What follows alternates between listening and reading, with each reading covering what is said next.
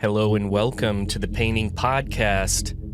I'm your host, Jeremiah Polachek, your co-pilot on the pathway to becoming a better painter, or maybe just a better art lover in general. Today we're going to be talking about isolation and its relation to the creative process.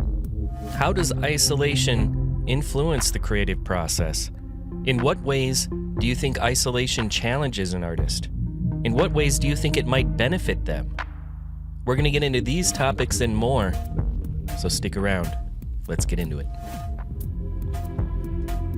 The concept of an artist slaving away in a garret is a romanticized and often misunderstood stereotype that has been popularized through literature, film, and other forms of cultural expression throughout the years. It's something we see all the time, and this image typically portrays an artist as a solitary genius, and they're working in a small, cramped attic, or, they're living in poor conditions, and they're sacrificing their social life and their physical well-being for the sake of their art. This is kind of the picture, the stereotype that we have of artists, and it still exists to this day. And the reality of artists' lives and their creative process is a lot more nuanced and diverse than this stereotype would suggest. So I'm by no means, at the beginning of this podcast, I'm by no means saying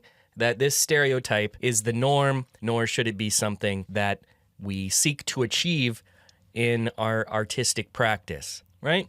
However, with that being said, we've still encountered a lot of artists throughout the ages who've been isolated, and in this podcast, I'm looking to examine how their isolation influenced their work and their creative process. And I think this is also something that a lot of people experienced through the lockdowns of 2020 and 2021. A lot of people experienced isolation in certain ways. They were socially isolated. Of course, there was technology bridging a lot of the gaps in many cases. But in my own personal case, I was actually living in my studio at the University of Colorado, in the studio there. And so when they locked down the building, I lost access to where I was living as well. So I had to drive like 15 hours from Boulder, and I drove to Bismarck, North Dakota, and I stayed on my family's farm all day, every day, and I was there painting. Basically, in this environment that most would consider, isolation. And that's where a lot of the seeds for this investigation were planted. And in thinking about my own isolation and how it affected my work, I sought to look at other artists who have also dealt with isolation and how that affected the way they saw the world and the way that they created too. So to start things off, I think it's important to define isolation specifically in the context of visual arts and how things like solitude, separation, and introspection are represented. And I think thematically, as a method or as an experiential condition that exists for an artist, that isolation can manifest in a lot of different ways and in a lot of different dimensions within the visual arts. And the first thing I'd like to look at is isolation in terms of thematic representation. So we can be creating things that exude this sense of isolation. I did another episode on Caspar David Friedrich, and you can listen to that.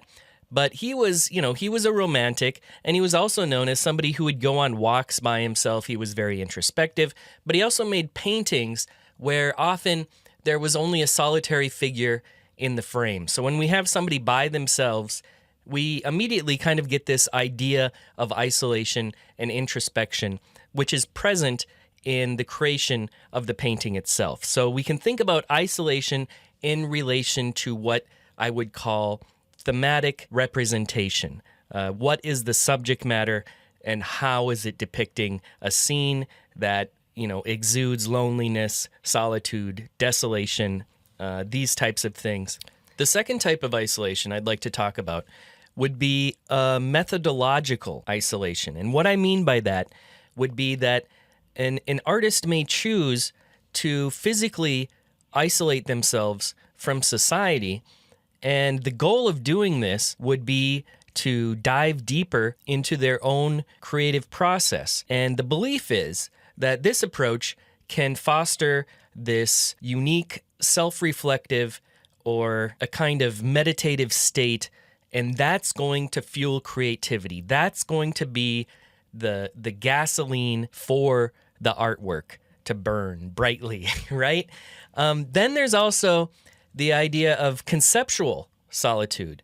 And this is isolation as a method that might involve focusing on, like a singular isolated subject or theme repeatedly and exploring them over and over and over again from multiple angles. And this is going to create a comprehensive body of work that can, be a deeper dive into specific experiences or emotions. So we isolate our concepts. We focus on one concept in and of itself. And that can be a type of conceptual solitude or isolation in that respect. I think there's also some psychological and emotional dimensions to this as well.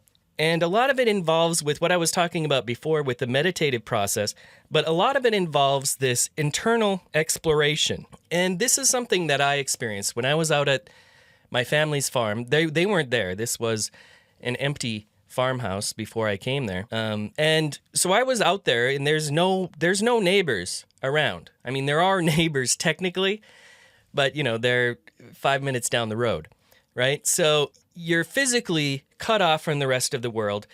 And I think immediately this triggers some sort of internal exploration. And when I look back at that time, it's interesting the things that I became focused on. The first thing was I was walking outside one day and I heard this, this terrific sound. It was a very, very loud sound. And around the house, there are these different things called shelter belts, which are rows of trees that were planted to prevent erosion after the Dust Bowl. But anyway, there's all these rows of trees, very densely packed trees that are meant to be wind cover, and thousands and thousands of baby red-winged blackbirds had descended into the trees one day, and it was just so incredibly loud, and there was so many of them. And I walked out into the trees, and they didn't take off. They didn't really have any fear of me at all.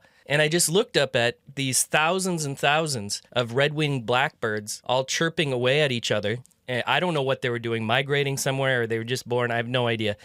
But this would have been in like late March, early April for all you bird dorks out there. But in my research, which means I Googled something, but in my research, I also discovered birdwatching became very popular over the lockdowns. A lot of people started looking at nature more and more. This was not an uncommon experience that a lot of people have. So in a sense, this isolation will create, especially if you're involved in some sort of solitary creation process, I think nature is something that's going to bubble up very, very quickly.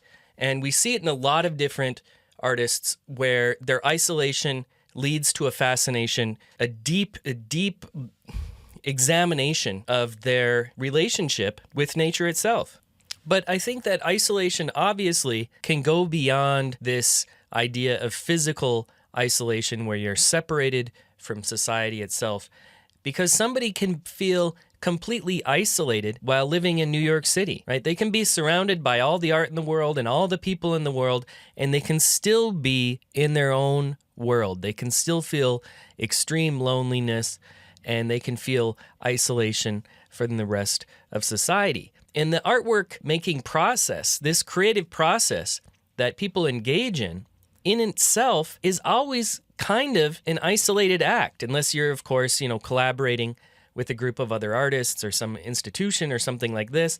But oftentimes, these artists are coming up with these ideas. They're making things nobody ever asked them to make, and they're choosing their own pathway. And this can often be a big problem for artists who are just starting out, because they don't know where are they supposed to latch onto? What idea do they care about? That can often be the biggest stumbling block for artists who are just getting started. Whereas somebody who's, isolated mentally from the environment which they're in, they could still be laser focused on one subject. And that in itself can result in the creation of some really fantastic work. And again, I'll give a second disclaimer. This is not the best way to be an artist, right? If you want to be an artist, being thrown from society and on your own, or going away to slave away in a garret somewhere, is not the best way to be an artist. I'll say that. But it made a lot of really great art. It really did. It made tons of great art throughout the years. This persona, and this is something that bugs me, because in all of academia, or art-related academia, the idea of the genius working alone is hated. People hate this notion right now, especially with institutions having more and more power, and institutions wanting to be part of the conversation with the community and with other artists and all this sort of stuff. They hate the idea that somebody's out there by themselves. They're not listening to whatever. They're not listening to this podcast. They're not reading Art Forum or any of that. They're creating by themselves, and they're making art based on their own introspection itself, right? And we have countless examples of this throughout history. I'm living in Prague, in Czech Republic, which is the home of Franz Kafka, often considered, one of the greatest and most important novelists of the 20th century, and somebody who was also deeply isolated in many, many different ways. First of all, he spoke German, he was Jewish, and he lived in Prague. So this was a place that was predominantly Czech-speaking, and it was hostile to Jews. So there was a cultural and linguistic barrier, both for Kafka, and this likely spurred his feelings of detachment for the society around him. Then he had this psychotic father who was completely domineering and abusive and totally unsupportive. And, Kafka documented all this in his letters, and he often expresses his own feelings of inadequacy and fear. And this domineering asshole of a father clearly impacted his own psychological well-being that led to his isolation as well. And then on top of everything else, Kafka had these chronic health problems, including tuberculosis. And this is another type of isolation we commonly see, where people with health issues, they're kind of thought of as outside of society, or they're not part of everything that is happening. And of course, we should all take measures to, help them in any way possible and integrate them into society. And there's laws that protect this now, thankfully. But 70, 80 years ago, or 100 years ago now, I guess, this was not the case. So, Kafka's chronic health problems ultimately killed him in the end, but it led to a physical and emotional isolation. It was another way of him being an other. And this illness often kept him away from work, social activities, and it would force him into these long periods of confinement, which also happens with people with health issues, especially back then. You get stuck in a hospital. You're by yourself all the time, right? You have a family visit or whatever, but you're not going to the corner store to buy some orange juice. And this comes out in his writing, of course. The most obvious being the Metamorphosis, and, where a man, Gregor Samsa, wakes up and he's a cockroach. And this transformation is a metaphor for Gregor's extreme alienation and isolation from both his family and society, and everybody is repulsed by the way he looks. What is a more isolated character than Gregor Samsa? Nobody's on his side. And while Kafka depicted isolation through these surreal and abstract scenarios, which kind of highlighted his existential angst against society and family and everything, there's other artists who offer a more personal approach that is grounded in their own physical and emotional pain. And somebody I think highlights this very well would be Frida Kahlo. And a lot of her isolation also stemmed from physical ailments, so similar to Franz Kafka in this regard. And she also had these very problematic and tumultuous personal relationships, mainly with Diego Rivera, who she was married to, and there's certainly a lot of abuse, emotional abuse, and these sorts of things involved in that relationship as well. And these health issues, she got polio at the age of 6, and this left Frida with a limp her entire life. So she was set apart from the get-go as walking different, right? We all think like, oh, I didn't know this show and everybody made fun of me or whatever it is when you were in first grade. She had to go into that same period of her life, literally the way you walk, everywhere you go, she's marked as somebody who is an other, right? And this would create a sense of isolation and a sense of introspection and who she was. Then later on, when she was 18 years old, she gets into this terrible bus accident where, she breaks her spine, her pelvis is shattered, and she has all these fractures. And this, puts her into the hospital. She's isolated in the hospital itself, and she does a lot of paintings about this process as well. But let's think of the difference between Kahlo and Kafka. Kafka kind of raged more broadly at society itself, whereas Kahlo looked inward and examined her own personal isolation in her work. So her paintings themselves are an examination of this bus accident, right? She makes paintings about this bus accident where you can see like this metal pole kind of like jammed into her body. So Kahlo's paintings are rich with imagery of both isolation and loneliness, and she often uses her physical and emotional pain as motifs in her work. So when she's creating her self-portraits, she's got all these great self-portraits throughout the years, and they make up a substantial portion of her work. And here she's often depicted alone, by herself, and she has to reflect on her pain and her emotional suffering. We can look at the painting titled The Broken Column. Look that up on your phones or whatever. And in this painting, she portrays herself with her spine exposed, and it's been replaced by this broken column. It's piercing her body with nails, encapsulating her enduring physical agony and emotional isolation. But she also uses all these symbols, and there's certain symbolic imagery which also points to a type of isolation, in my opinion. And she'd use symbols like monkeys, thorns, barriers, and she would often portray themes of protection, but also separation. So we can look at the painting Self-Portrait with Thorn Necklace and Hummingbird. Look that one up. And the thorns are choking her neck. And this could be interpreted like a metaphor for the pain and isolation she obviously felt, right? It could relate to Rivera and their relationship, or it could relate to suffering from her physical condition, but her neck has thorns all around it. In the case of Frida Kahlo, while she was, deeply connected to her Mexican heritage, she also felt isolated in the sense she was of mixed heritage. And most people don't know this, but her father was German. And, these German had a specific different approach, obviously, being raised in this family that made her slightly not Mexican, right? Obviously, we think of her as this great Mexican artist and all this sort of thing, but she's raised in a household that is half German, right? So her art kind of defiantly incorporates both indigenous Mexican cultural themes as well as these feminist motifs, and it also challenges conventional norms of expressing a form of cultural and gender-based isolation. Of course, that's why everybody likes her now. Looking back, they see her as more of a genius than she was then. Of course, I think there was an article written about her that was like, Diego Rivera's wife likes to paint, right? Referring to somebody as the wife of, not exactly the best start there. Nonetheless, Kahlo is somebody firmly embedded within the art world. She's married to Diego Rivera, a very well-known painter, and she's having shows, and she's talking to people, and her father is connected to the bourgeoisie, for lack of a better term, in the area.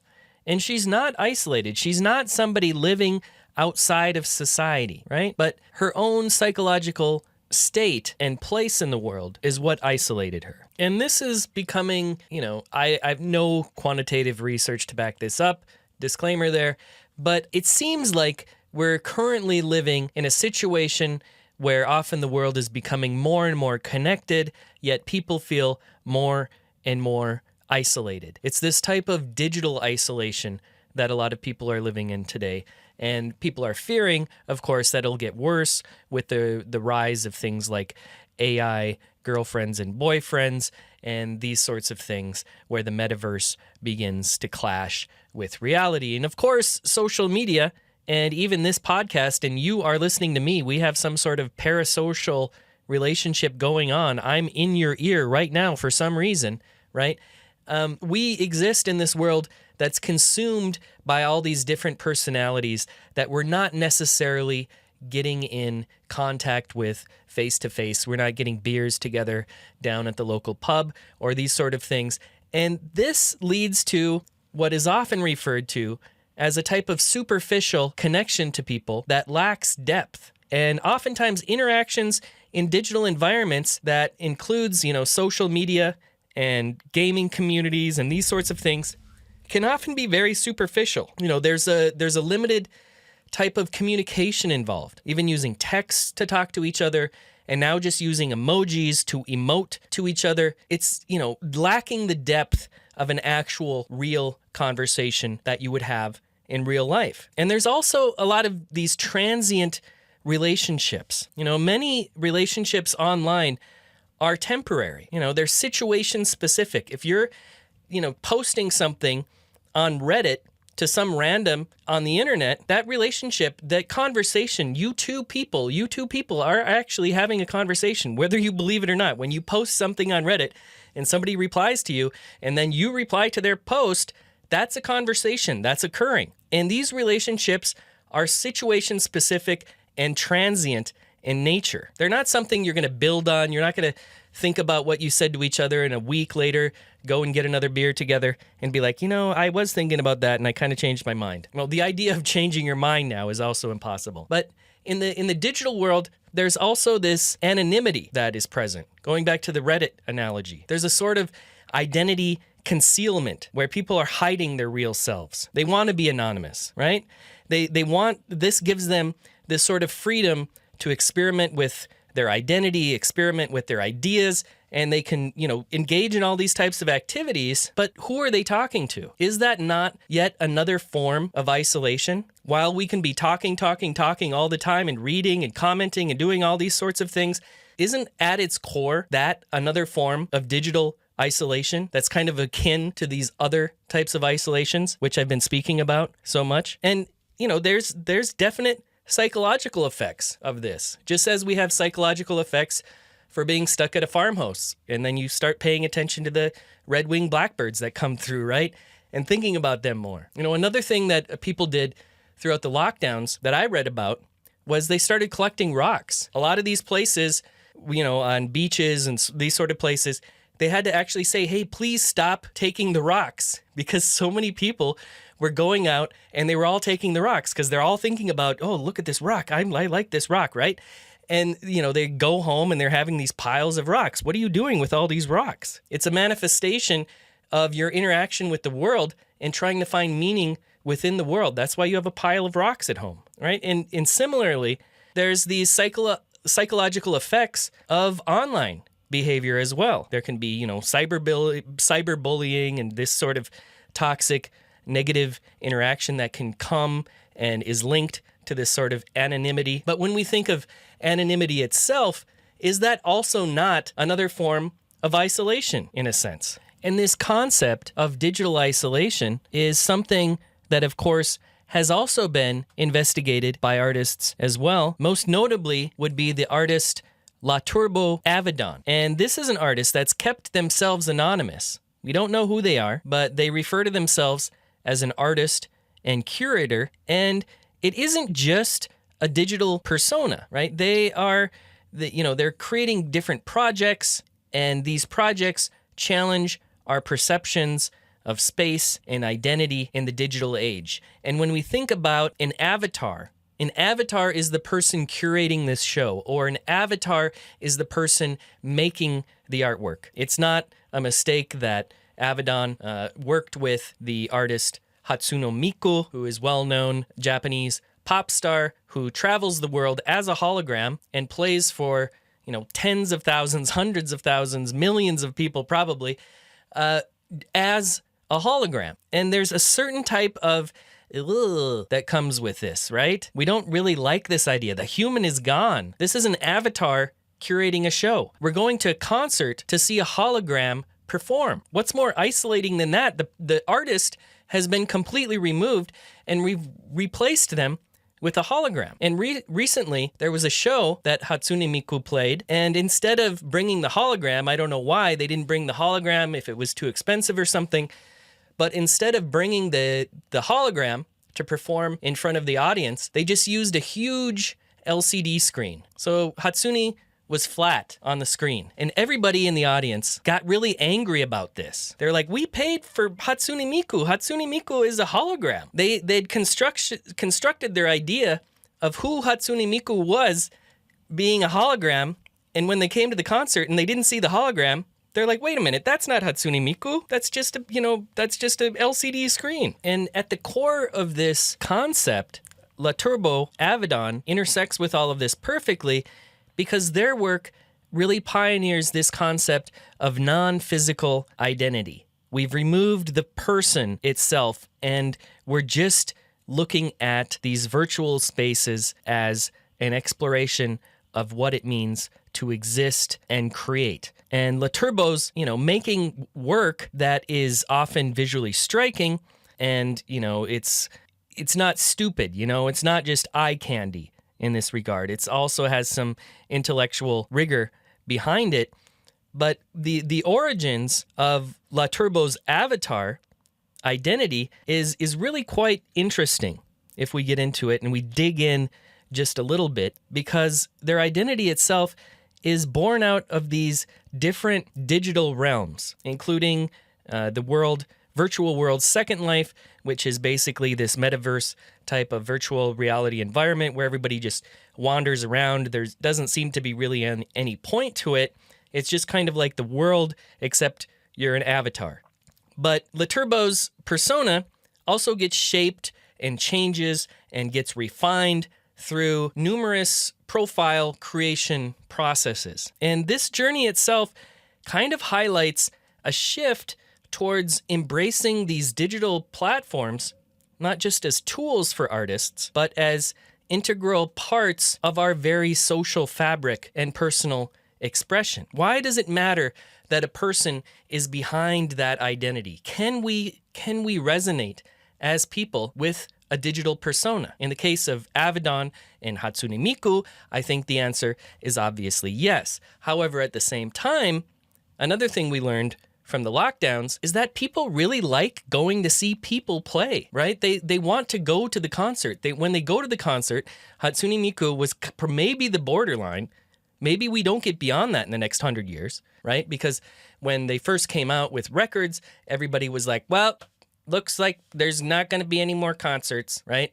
When they first came out with photography, everybody was like, well, I guess that's it for painting then. And similarly today, with the creation of all these AI-generated images and all these sorts of things, people are like, well, I guess that's it for artists, right? And we're coming right up to that boundary, and it relates directly to these ideas of isolation because it relates to people's ability to resonate with other people and the messages which they are trying to speak about. And all of this might seem very, very new, but it's absolutely not new. And if there's one thing I want you to take away from listening to this podcast is that this concept of isolation and reflection and loneliness is something that has been present in the art world for centuries and centuries now. A lot of it bubbles up, a lot of it becomes known during surrealism, right? And we look at the expansive landscapes of these surrealist painters like Dali or de Chirico. And these surreal landscapes are kind of similar to what we see in the creation of these virtual worlds like Second Life. There's an emptiness, there's an isolation involved. It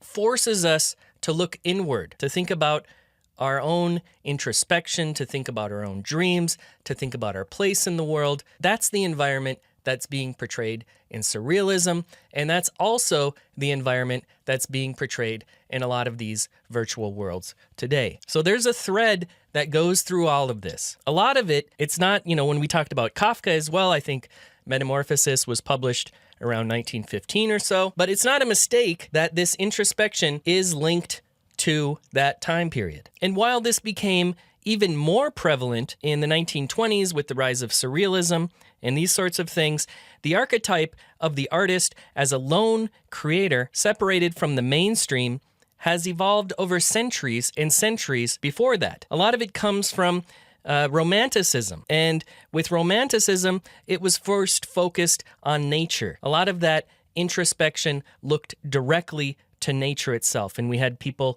like Caspar David Friedrich who embodied this type of idea. And then from then, we came up to this urban isolation, which could be similar to this digital isolation, which we're seeing today. So with the rise of the urban isolation, we get people like Kafka who are raised in cities like Prague, yet they still feel completely isolated. That's very different from being isolated out in nature, being outside of society itself. And then today, we have the rise of this digital isolation where we're more connected and communicative than ever before in history, yet a lot of people feel isolated from one another. So when we're looking at any artwork or any artist dealing with themes relating to isolation, I think it's important to take in the entire history of artists and their own, experience with isolation and how it's impacted their work and how it's impacted the viewer who's also reading the work itself. Thanks a lot for listening, everybody. If you're into this sort of thing, head on over to oko.academy, which is my tiny art school in Prague, where I teach painting, I mentor students, and you can come to Prague. You can come to Prague and study with me in my tiny little art school. Shoot me a message, and let's make it happen. And as always, happy painting.